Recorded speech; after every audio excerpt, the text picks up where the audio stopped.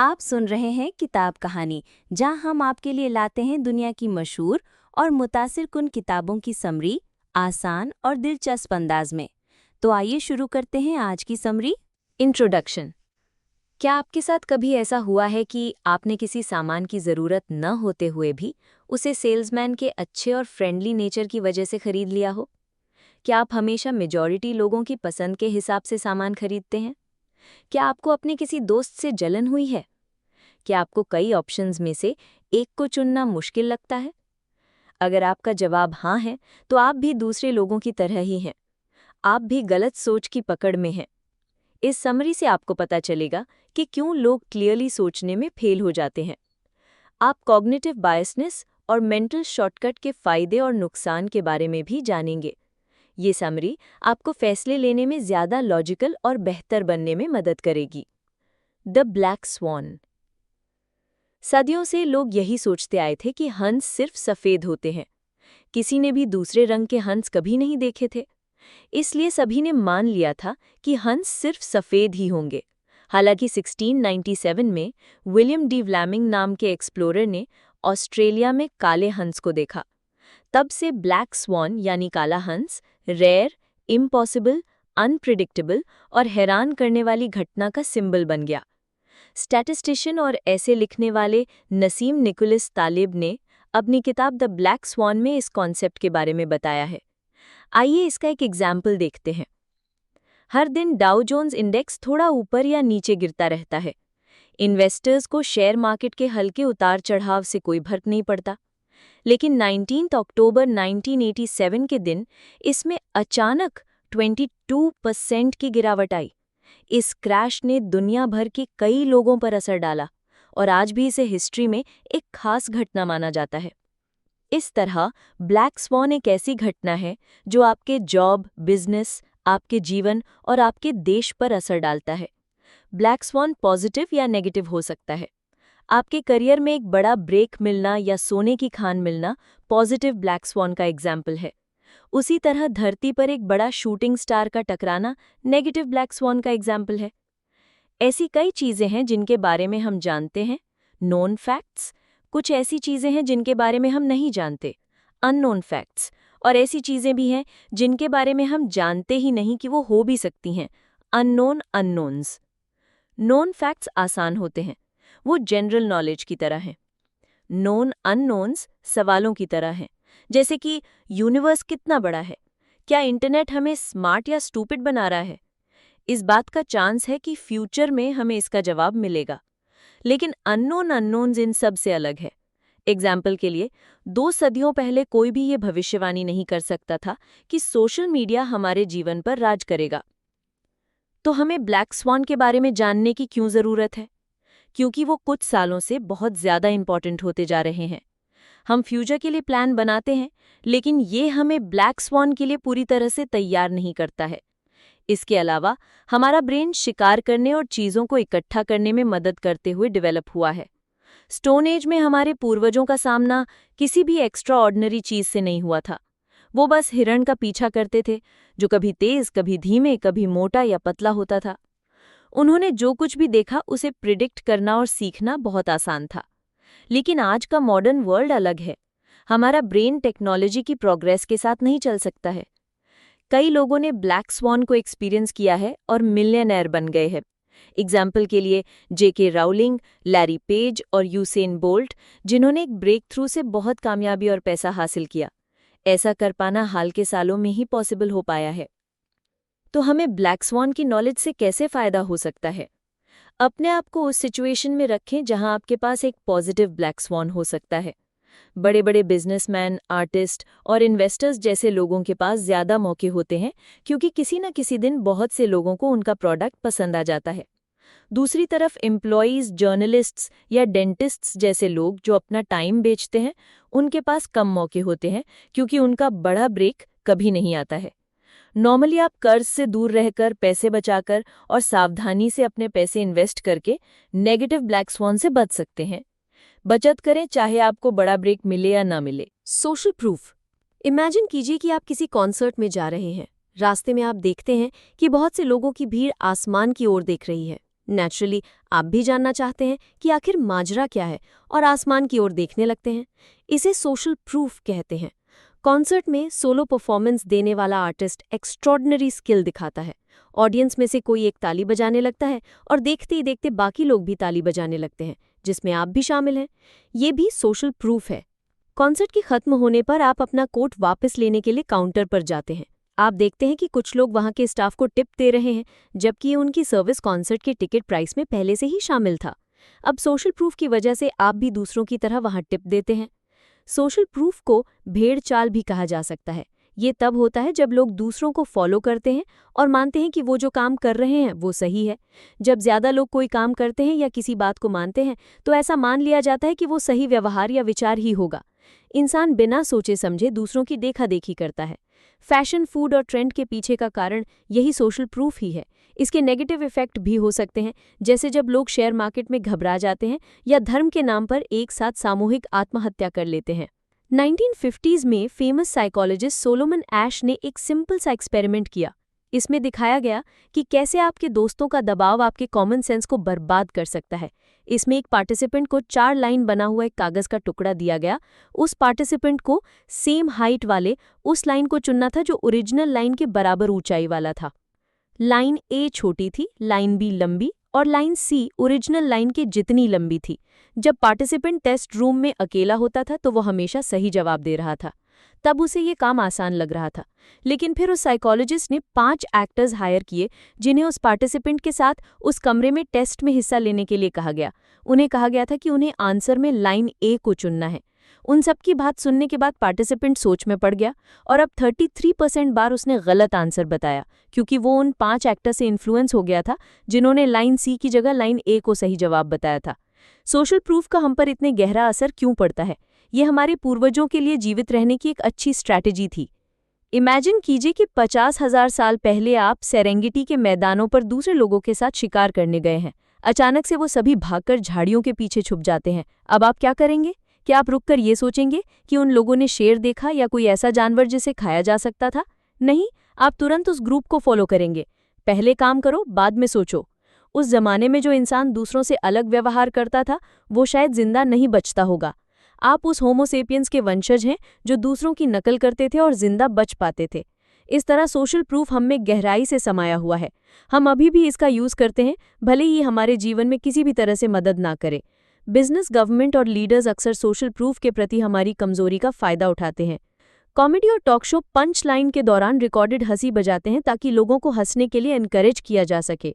Social proof का एक और फेमस एग्जाम्पल है जब 1943 में नाजी के प्रोपेगेंडा मिनिस्टर जोसेफ गोबल्स ने एक भाषण दिया था। आप इसका वीडियो क्लिप ऑनलाइन देख सकते हैं। जर्मनी हार रहा था और नाजी लोगों से लड़ने के लिए कह रहा था। जोसेफ ने कहा कि क्या आप एक बड़ा और भीषण जंग चाहते हैं? क्या आप ऐसा जंग चाहते हैं जो आपने कभी नहीं देखा हो? ये सुनकर भीड़ जोर से चिल्लाने लगी। अगर लोगों से अलग अलग करके यही सवाल पूछा गया होता तो शायद ही कोई इस क्रेजी आइडिया के लिए हाँ कहता। इसीलिए मेजॉरिटी की बात को मानने से सावधान रहे। खुद सोचें, अपनी नॉलेज और इंट्यूशन के बेसिस पर सही और गलत का फैसला करें। Sunk cost fallacy. एक रात राइटर रॉल्फ डोबले और उनकी पत्नी थिएटर में एक फिल्म देख रहे थे। आधी फिल्म होने के बाद रॉल्फ ने कहा कि उन्हें घर चले जाना चाहिए क्योंकि फिल्म बोरिंग है, लेकिन उनकी पत्नी ने कहा कि उन्हें टिकट के $30 वेस्ट नहीं करने चाहिए। रॉल्फ ने जवाब दिया, नहीं, वो पैसे डूब चुके हैं। हमने टिकट खरीदकर पैसे पहले ही खर्च कर दिए हैं, इसलिए इससे कोई फर्क नहीं पड़ता कि हम फिल्म देखें या ना देखें। उनकी पत्नी ने उन्हें ऐसे देखा जैसे वो कोई सनकी हो। अल्टीमेटली वो जीत गई और रॉल्फ को बाकी फिल्म भी देखनी पड़ी। अगली सुबह रॉल्फ एक मार्केटिंग मीटिंग में गए। टीम का एडवर्टाइजिंग कैंपेन 4 महीने पहले शुरू हो गया था, लेकिन उससे अब तक उन्हें कोई फायदा नहीं हो पाया था। रॉल्फ उन मेंबर्स में से एक थे जो अब इस कैंपेन को बंद करना चाहते थे, लेकिन कंपनी के एडवर्टाइजिंग मैनेजर ने जोर देकर कहा कि उन्होंने कैंपेन में बहुत पैसा लगा दिया है, अगर उन्होंने इसे बीच में ही छोड़ दिया तो सब कुछ बर्बाद हो जाएगा। यहाँ वो संक कॉस्ट फैलेसी के शिकार हो गए थे। रॉल्फ के एक दोस्त थे जो कई सालों तक एक टॉक्सिक रिलेशनशिप में रहे थे। वो लड़की बार बार उनके दोस्त को धोखा देती, फिर वापस आती, सॉरी बोलती और फिर कभी ऐसा ना करने का वादा करती। उस दोस्त ने रॉल्फ को बताया कि उसने अपने रिश्ते में इतना कुछ दिया है कि सब कुछ इस तरह छोड़ देना ना तो आसान है और ना सही। संक कॉस्ट फैलेसी तब होता है जब हम किसी चीज़ में बहुत ज़्यादा टाइम, एनर्जी, पैसा या प्यार लगा देते हैं। ये इन्वेस्टमेंट हमें तब भी रोके रखती है जब हम पहले से ही बहुत कुछ खो चुके होते हैं। उसमें हम जितना ज़्यादा इन्वेस्ट करते जाते हैं, उसे कंटिन्यू रखने की इच्छा भी उतनी ही बढ़ती जाती है। इन्वेस्टर्स अक्सर इस फैलेसी का शिकार हो जाते हैं। वो जब स्टॉक खरीदते हैं तो वो सिर्फ स्टॉक का करंट प्राइस देखते हैं, लेकिन ऐसा करना गलत है। उन्हें अभी और फ्यूचर में स्टॉक का प्राइस क्या हो सकता है, इन दोनों पर ध्यान देना चाहिए। इन्वेस्टर्स को अपना स्टॉक रखकर भी नहीं रखना चाहिए, क्योंकि उन्होंने उसे खरीदने में कितना पैसा लगाया होता है। अगर आप उस स्टॉक के परफॉर्म करने की उम्मीद नहीं है तो उसे बेचकर उन्हें अच्छा परफॉर्म करने वाले शेयर खरीदना और बेचना चाहिए। इस तरह वो ज़्यादा नुकसान से बचेंगे और उन्हें अच्छे मौके भी मिलेंगे। संक कॉस्ट फैलेसी हमारी स्टेबिलिटी और विश्वास करने लायक हमारी ज़रूरतों पर डिपेंड करती है। हम अपने पहले के फैसलों को नकारना नहीं चाहते और अपनी गलतियों को मानना भी नहीं चाहते। हम सच का सामना करने की जगह ऐसा दिखावा करते हैं कि सब कुछ ठीक है। एग्जाम्पल के लिए कॉनकॉर्ड यूके और फ्रांस की गवर्नमेंट द्वारा डेवलप किया गया एक सुपरसोनिक एयरक्राफ्ट बिजनेस है।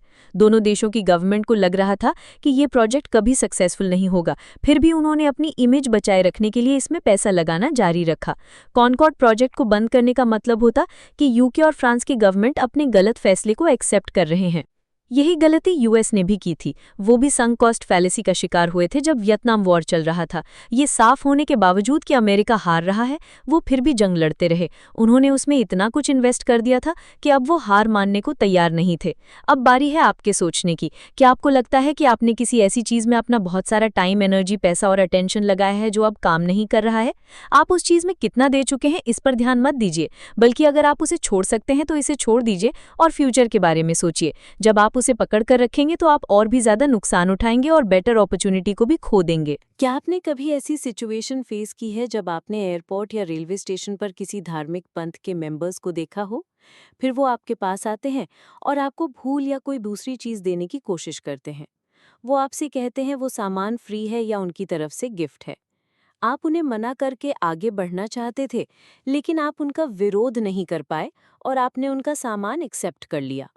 बाद में आप देखते हैं कि उस धार्मिक पंथ का दूसरा मेंबर आपसे डोनेशन मांग रहा है। इस कॉन्सेप्ट को रेसिप्रोसिटी कहा जाता है, यानी आपसी लेन देन। ये कई तरह की कैंपेनिंग और अपना सामान बेचने के तरीकों की सक्सेस के पीछे का राज है। एक इंसान किसी दूसरे इंसान के कर्ज में नहीं रहना चाहता है, वो उसका फेवर लौटाना चाहता है। यही कारण है कि कुछ इंसान या ग्रुप्स इस टेक्निक का इस्तेमाल करके फ्री में चीज़ें देते हैं, क्योंकि वो उम्मीद करते हैं कि बदले में आप भी उनके लिए कुछ करेंगे। एनजीओ और चैरिटी ऑर्गेनाइजेशन अक्सर रेसिप्रोसिटी को अप्लाई करते हैं। एग्जाम्पल के लिए एक एनवायरमेंटल ऑर्गेनाइजेशन खूबसूरत जगहों के पोस्ट कार्ड बांटता है। वो उसके साथ एक लेटर भी भेजते हैं जिसमें लिखा होता है कि ये पोस्ट कार्ड आपके लिए गिफ्ट है, और अगर आप उस ऑर्गेनाइजेशन को कोई दान नहीं करना चाहते तब भी आप इस पोस्ट कार्ड को रख सकते हैं। भले ही आपको पता हो कि ये उनकी स्ट्रैटेजी है, लेकिन आप फिर भी पोस्ट कार्ड को कूड़ेदान में नहीं फेंक सकेंगे। रेसिप्रोसिटी को आप प्यार से ब्लैकमेल करना या हल्के करप्शन के रूप में भी मान सकते हैं। एग्जाम्पल के लिए एक सेल्स एजेंट एक प्रोग्राम के लिए आपको फ्री में इनवाइट करता है। वो आपको बताता है कि उनका सामान खरीदने का आप पर बिल्कुल दबाव नहीं है, इसलिए आपको कुछ खरीदने की ज़रूरत नहीं है। लेकिन उसकी बात सुनकर आपको कुछ ना कुछ ऑर्डर करने की इच्छा होगी। वो सेल्स एजेंट आपको ऐसा महसूस कराएगा जैसे आप उसके कर्जदार हैं और वो जो कुछ भी बेच रहा है उसे खरीदकर आपको उसका एहसान लौटाना चाहिए। रेसिप्रोसिटी का टेक्निक पुराने ज़माने से चला आ रहा है। हमारे पूर्वजों ने उसका इस्तेमाल जिंदा रहने के लिए किया था। उस समय इंसान को इस बात की गारंटी नहीं होती थी कि उसे रोज़ खाना मिल पाएगा या नहीं। इमेजिन कीजिए कि एक दिन किस्मत से आप एक बड़े से हिरण का शिकार करते हैं। अब आप पूरे हिरण को एक ही दिन में तो नहीं खा सकते हैं, तो इसलिए आप उसका कुछ हिस्सा अपने साथियों के साथ शेयर करते हैं। तो अगली बार जब आपके साथी किसी बड़े जानवर को पकड़ेंगे तो वो भी उसे आपके साथ शेयर करेंगे। जिंदा रहने की टेक्निक के अलावा रेसिप्रोसिटी रिस्क मैनेजमेंट का भी काम करता है। रेसिप्रोसिटी उन इंसानों के बीच कोऑपरेशन यानी एक दूसरे की मदद या सहयोग करने की चाबी बनता है। बिजनेस, पैसा कमाने और ग्रोथ के लिए भी रेसिप्रोसिटी की ज़रूरत है। रेसिप्रोसिटी और लेन देन के बिना कोई ग्लोबल इकोनॉमी और इकोनॉमी का कोई कॉन्सेप्ट नहीं होगा। ये रेसिप्रोसिटी का पॉजिटिव साइड है। लेकिन मैनिपुलेशन करना और बदला लेने की भावना रखना इसका नेगेटिव साइड है। दो ऑपोजिट साइड तब तक आपस में लड़ते रहेंगे जब तक उनमें से कोई एक इससे पीछे हटने का फैसला नहीं कर ले। ये कॉन्सेप्ट बदला लेने की भावना को दिखाता है। तो अब जब आप रेसिप्रोसिटी के बारे में जान चुके हैं, तो अगली बार जब कोई आपको कोई चीज मुफ्त में देने की कोशिश करे तो समझ जाइएगा कि वो बदले में आपसे कुछ चाहता है। एनवी। आप किस सिचुएशन से सबसे ज्यादा बुरा फील करेंगे? ए, आपके दोस्त की सैलरी बढ़ जाती है लेकिन आपकी उतनी ही रहती है। बी, आपके दोस्त और आपकी दोनों की सैलरी उतनी ही रहती है। सी, आपके दोस्त और आपकी दोनों की सैलरी में 10% की कटौती की जाती है। अगर आपका जवाब सिचुएशन ए है तो चिंता न करें, क्योंकि आप भी दूसरों की तरह जलन महसूस कर रहे हैं। जलन एक नॉर्मल इमोशन है जो इंसान के स्वभाव का हिस्सा है। एक पुरानी कहानी है जो इस तरह है। एक किसान को एक जादुई चिराग मिलता है। जब वो उस चिराग को रगड़ता है तो उसमें से एक जिन निकलता है। जिन कहता है कि वो किसान की एक इच्छा पूरी करेगा। किसान कुछ देर सोचता है, फिर कहता है, मेरे दोस्त के पास एक गाय है लेकिन मेरे पास नहीं है, इसलिए मैं चाहता हूं कि उसकी गाय मर जाए। सुनकर अजीब लगा ना? लेकिन आप भी कभी न कभी उस किसान के जैसी सिचुएशन में जरूर रहे होंगे। एग्जाम्पल के लिए, आपके कलीग को बड़ा बोनस मिलता है और आपको सिर्फ एक गिफ्ट चेक, तब आपको भी जलन जरूर महसूस हुई होगी। हो सकता है कि इसके बाद आप उस कलीग से बात करना अवॉइड करने लगे, उसकी मदद करने से मना करने लगे, या उसके किसी भी सजेशन से आप सहमत नहीं होते थे। हो सकता है कि आपके मन में ये ख्याल तक आया हो कि उसके साथ कुछ बुरा हो जाए। जलन बड़ा ही स्टूपिड सा इमोशन है। गुस्सा या उदासी की तुलना में इसे स्विच ऑफ करना ज़्यादा आसान है।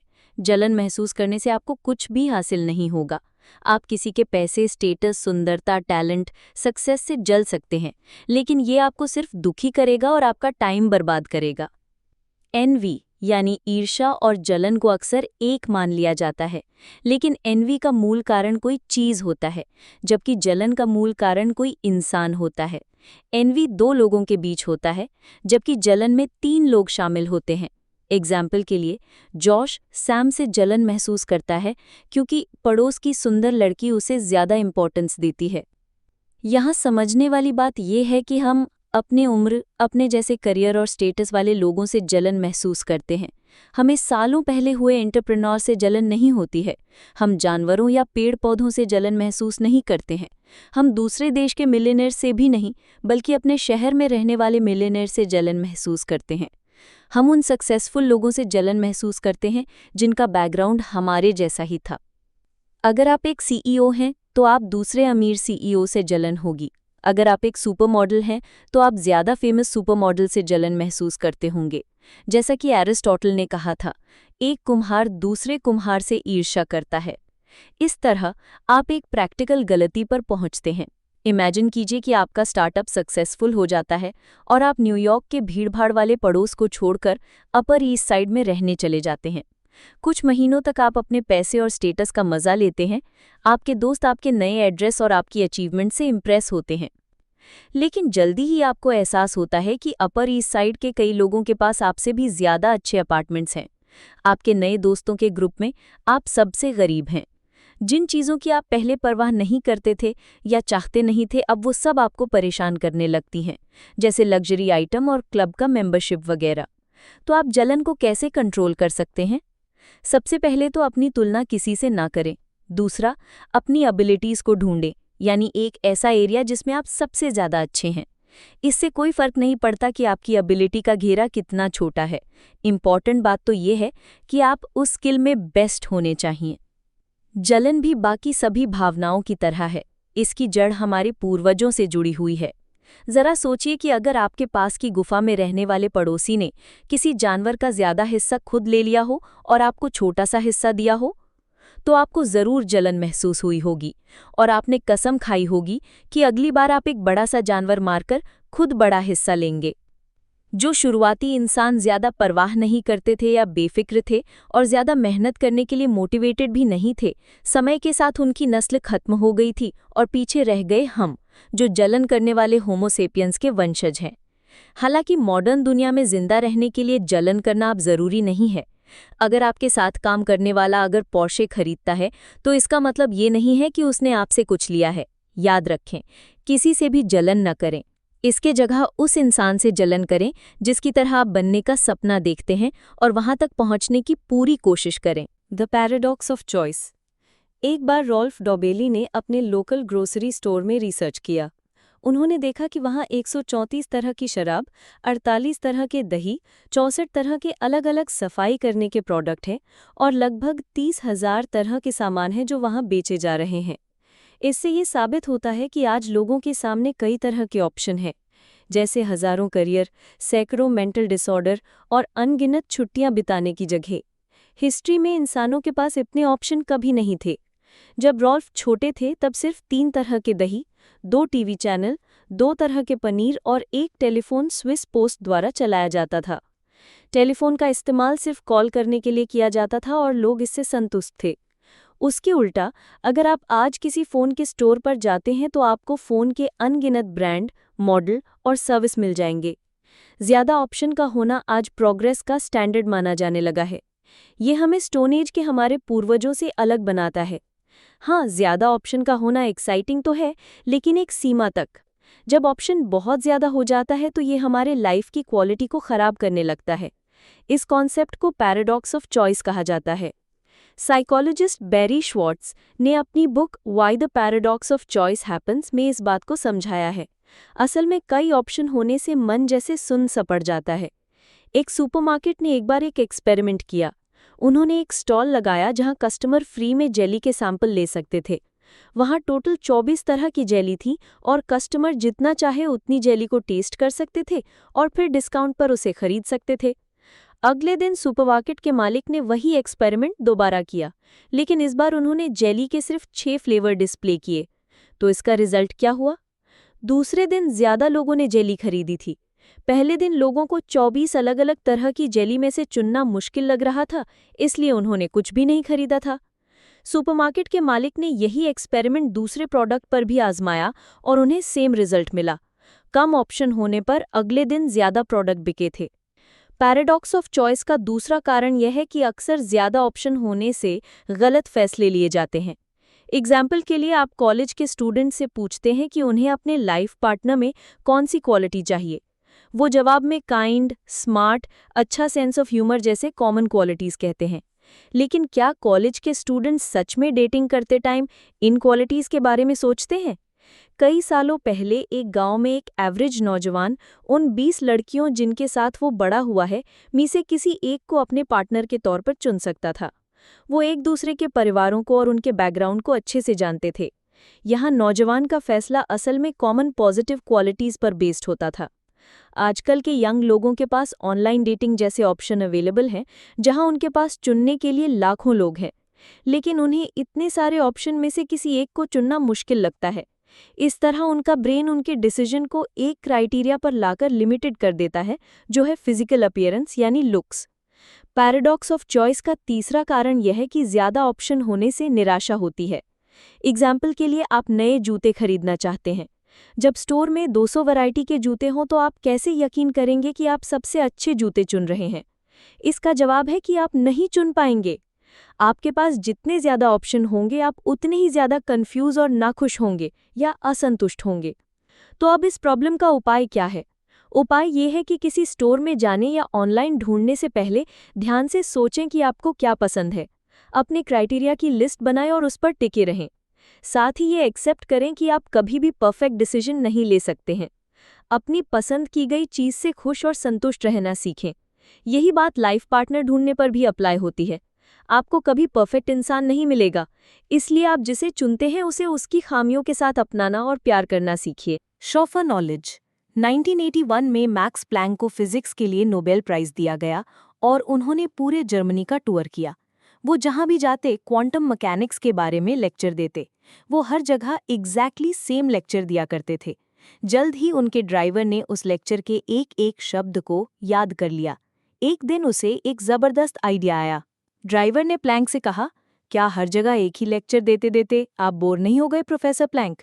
इस बार म्यूनिक में अगर मैं आपकी जगह लेक्चर दूं तो कैसा रहेगा? आप मेरी ड्राइवर वाली टोपी पहनकर आगे की सीट पर बैठ जाइएगा। मैं आप होने का नाटक करूंगा ताकि आप थोड़ा आराम कर सकें। प्लैंक को ये आइडिया अच्छा लगा, तो उस शाम म्यूनिख में उनके ड्राइवर ने क्वांटम के बारे में लंबा लेक्चर दिया और किसी का भी इस बात पर ध्यान नहीं गया। बाद में ऑडियंस में से एक फिजिक्स के प्रोफेसर खड़े हुए और उन्होंने एक सवाल पूछा। उस ड्राइवर ने कहा, मैंने कभी नहीं सोचा था कि म्यूनिख जैसी मॉडर्न सिटी का कोई इंसान इतना सिंपल सा सवाल पूछेगा। इसका जवाब मेरा ड्राइवर देगा। और आप तो जानते ही हैं कि वहाँ मैक्स प्लैंक ड्राइवर बने बैठे थे। नॉलेज दो तरह की होती है। पहली रियल नॉलेज है। ये उन लोगों के पास होती है जो किसी टॉपिक को स्टडी करने में बहुत टाइम और मेहनत लगाते हैं। दूसरी शोफर नॉलेज है। ये तब होता है जब कोई इंसान लोगों के सामने शो ऑफ करने के लिए या खुद को अच्छा दिखाने के लिए किसी टॉपिक के बारे में थोड़ा बहुत स्टडी करता है। शोफर नॉलेज वाले लोग शानदार आवाज़, अच्छे कपड़े पहनकर और बन ठनकर खुद को प्रेजेंट करते हैं, लेकिन उनकी नॉलेज बहुत थोड़ी होती है। वे ऐसे बोलते हैं जैसे किसी स्क्रिप्ट को देखकर पढ़ रहे हों। बदकिस्मती से हमें हमेशा शोफर नॉलेज का यूज़ करके मूर्ख बनाया जाता है। न्यूज़ एंकर और जर्नलिस्ट इसके एग्जाम्पल हैं।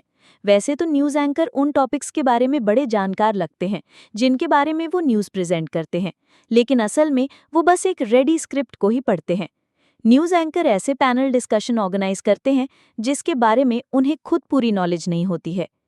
इसी बीच कुछ जर्नलिस्ट ऐसे भी होते हैं जिन्हें कुछ टॉपिक्स की रियल नॉलेज होती है जो उन्होंने सालों की रिसर्च के बाद हासिल की होती है।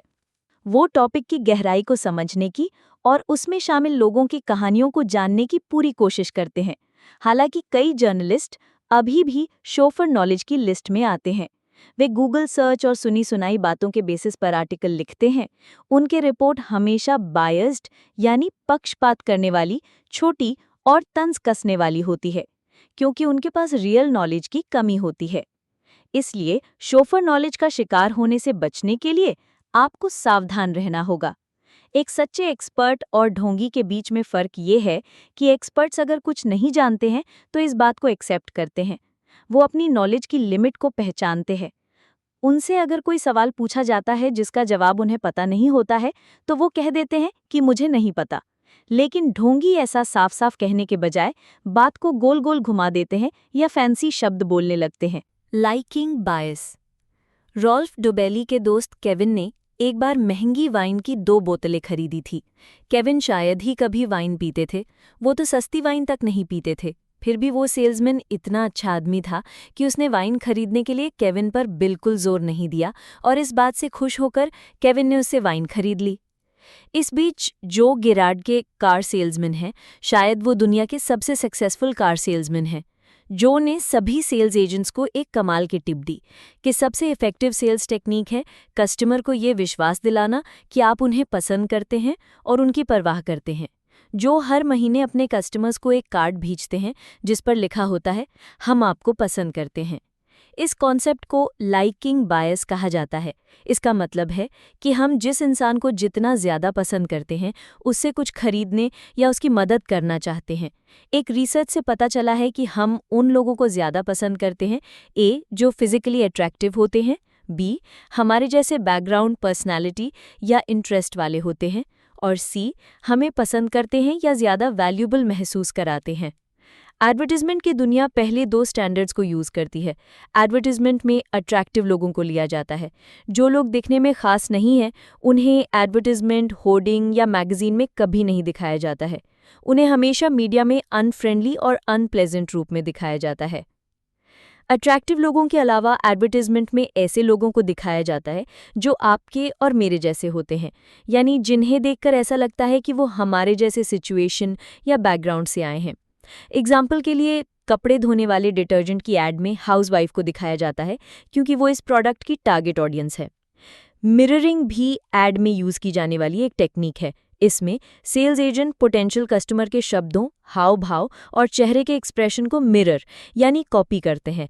एग्जाम्पल के लिए अगर कस्टमर धीरे धीरे बोलता है और अपना सिर खुजलाता है तो सेल्स एजेंट भी ऐसा ही करता है। इस टेक्निक से कस्टमर को ये फील कराती है कि सेल्स एजेंट भी आपकी ही तरह है। इस टेक्निक से आप सेल्स एजेंट को पसंद करने लगते हैं और उसका प्रोडक्ट खरीद लेते हैं। एडवर्टाइजमेंट तारीफों का इस्तेमाल भी करते हैं। वो कस्टमर को कॉम्प्लीमेंट देकर फंसाने की कोशिश करते हैं, जैसे because you are worth it, you don't look that old और that colour suits you well. इन तारीफों से हमें लगता है कि सेल्स एजेंट हमें पसंद करता है, और ये ऊपर बताया गया तीसरा क्राइटेरिया है। मल्टी लेवल मार्केटिंग लाइकिंग बायस की वजह से अच्छे से काम करता है। $2 बिलियन की कंपनी टपरवेयर को ही देख लीजिए। उनके हाई क्वालिटी प्लास्टिक के कंटेनर लोकल सुपरमार्केट में 75% कम कीमत पर मिल जाते हैं, लेकिन फिर भी टपरवेयर की सेल ज़्यादा हैं क्योंकि उनके सेल्स एजेंट रेगुलरली घर पर पार्टी होस्ट करते हैं। इस तरह मल्टी लेवल मार्केटिंग दूसरे और तीसरे स्टैंडर्ड के क्राइटेरिया को पूरा करता है, जो है सिमिलैरिटी यानी एक जैसा होना और कस्टमर के साथ दोस्ती करना। नॉन गवर्नमेंट ऑर्गेनाइजेशन भी लाइकिंग बायस को यूज करते हैं ताकि लोग ज्यादा से ज्यादा दान करें। वो हमेशा अपने कैंपेन में औरतों और बच्चों की तस्वीरें दिखाते हैं। आप शायद ही कभी टफ दिखने वाले या घायल सैनिकों की पिक्चर बिलबोर्ड पर देखते हैं, हालांकि उन्हें भी हमारे सपोर्ट की जरूरत है। इन्वायरमेंटलिस्ट यानी ऐसे इंसान जो एनवायरनमेंट की प्रोटेक्शन का जिम्मा उठाते हैं, वो भी चुनते हैं कि वो अपने ऐड में किस जानवर को हाईलाइट करेंगे। वर्ल्ड वाइल्ड लाइफ फंड या WWF कभी भी अपने ब्रोशर में कीड़े मकोड़े, मकड़ियों या बैक्टीरिया को नहीं दिखाते हैं, जबकि ये भी हमारे इकोसिस्टम के लिए इम्पॉर्टेंट जीव हैं। इसकी जगह WWF क्यूट से पांडा, पोलर बेयर और कोआला की पिक्चर यूज करते हैं। कोई जानवर जितना इंसान की तरह व्यवहार करता है, हम उसे उतना ही पसंद करते हैं। बहुत से लोग कुत्तों को पसंद करते हैं, लेकिन बहुत कम लोग होंगे जो कीड़ों को पसंद करते हैं। जब बोन स्किपर मक्खियों की जाति खत्म हो गई थी तो किसी को उसकी परवाह नहीं थी, लेकिन हम एम्परर पेंगुइन की जाति खत्म होने को लेकर चिंता करते हैं। रॉल्फ डोबेली के एक दोस्त थे डेविड। वो ऑयल पंप के डीलर थे। डेविड ने एक बार फॉरेन में एक पाइपलाइन के लिए $10 मिलियन का डील किया था। रॉल्फ ने अपने दोस्त को चिढ़ाते हुए कहा कि ये सब उन्होंने रिश्वत देकर खरीदा है, लेकिन ऐसा नहीं था। डेविड और उनके क्लाइंट एक बार मीटिंग कर रहे थे। अचानक वो सेलिंग के बारे में बात करने लगे। बातें करते करते उन्होंने जाना कि उन दोनों को ही सेलिंग करना कितना पसंद है। उसके बाद बिजनेस मीटिंग से उनका ध्यान पूरी तरह हटकर सेलिंग के टॉपिक पर चला गया। उसी मिनट से वो क्लाइंट डेविड को पसंद करने लगे और वो अच्छे दोस्त बन गए। इसलिए उन्होंने डेविड को डील दे दी थी। अगर आप एक सेल्स एजेंट हैं तो अपने कस्टमर की तारीफ कीजिए, उनके बारे में कुछ पॉजिटिव सोचिए। अगर आप कस्टमर हैं तो इस बात पर पूरा ध्यान दीजिए कि वो प्रोडक्ट आपके लिए अच्छा है या नहीं। उस प्रोडक्ट के सेल्स एजेंट पर ज़्यादा ध्यान मत दीजिए। अगर आपको ये समरी पसंद आई हो तो वीडियो को लाइक करें, शेयर करें और चैनल को सब्सक्राइब करना ना भूलें, ताकि आपको हर नई वीडियो की बरवक्त इत्तला मिलती रहे। आप नीचे कमेंट्स में हमें ये भी बता सकते हैं कि अगली वीडियो में आप किस किताब की समरी सुनना चाहते हैं। इल्म बांटिए, सोच बदलिए। अगली वीडियो तक के लिए इजाज़त दीजिए।